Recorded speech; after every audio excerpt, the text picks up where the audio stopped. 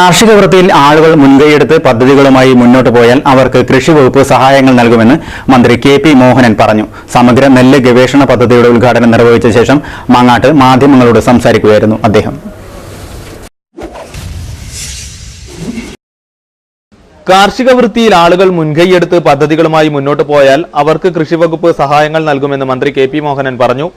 സഹായങ്ങൾക്ക് പുറമെ ഏറ്റവും നന്നായിട്ട് നെൽകൃഷി ചെയ്യുന്ന പഞ്ചായത്തുകൾക്ക് 10 ലക്ഷം, 5 ലക്ഷം, 3 ലക്ഷം വീതം അവാർഡുകൾ നൽകുമെന്നും മന്ത്രി പറഞ്ഞു. തരിശുഭൂമി തരിശുരഹിതമാക്കാൻ എല്ലാ പഞ്ചായത്തുകളും മുൻകൈയെടുക്കണം. പച്ചക്കറി കൃഷി കൂട്ടായ്മയോടെ ചെയ്തു വരുന്നുണ്ടെങ്കിലും നെൽകൃഷി കൂട്ടായ്മയോടെ ചെയ്തു വരുന്നത് കുറവാണെന്നും മന്ത്രി അഭിപ്രായപ്പെട്ടു. മുൻകൈയെടുത്തുകൊണ്ട് തരിശുഭൂമിയൊക്കെ തരിശുരഹിത ഭൂമിയാക്കുക, നെൽകൃഷിയും പച്ചക്കറിയും ഒക്കെ തന്നെ പച്ചക്കറി വ്യാപകമാക്കി. പക്ഷെ നെൽകൃഷി കുറേയൊക്കെ തന്നെ ചെയ്യുന്നത് ഇതാദ്യമായിട്ടാണ്. അവർക്കൊക്കെ അവാർഡുകളും നമ്മൾ പ്രഖ്യാപിച്ചിട്ടുണ്ട്. അപ്പോൾ ഏറ്റവും നന്നായിട്ട് ചെയ്യുന്ന പഞ്ചായത്തിന് അവാർഡുകൾ കൊടുക്കുകയാണ്. 10 ലക്ഷം, 5 ലക്ഷം, 3 ലക്ഷം രൂപ ഇതുള്ള 3 കാറ്റഗറിയിലായിട്ട് അവാർഡ് കൊടുക്കും. ആര് കൃഷി ചെയ്യുന്നുണ്ട്, കൃഷി ചെയ്യാൻ വേണ്ടി മുന്നോട്ട് വരുന്നുണ്ട്, അവർക്ക് സഹായങ്ങൾ സാധാരണ നെല്ലിൽ കൊടുക്കുന്നുണ്ട്. പക്ഷേ ഇതിന് മുൻകൈ എടുക്കുക എന്നതാണ് പ്രധാനം. അപ്പോൾ ഇത് എന്തായാലും മാതൃകയാക്കിക്കൊണ്ട് മറ്റ് പഞ്ചായത്തുകളും ചെയ്യുമ്പോൾ മാത്രമേ നമുക്ക് തരിശുഭൂമി തരിശുരഹിത ഭൂമിയാക്കുകയുള്ളൂ.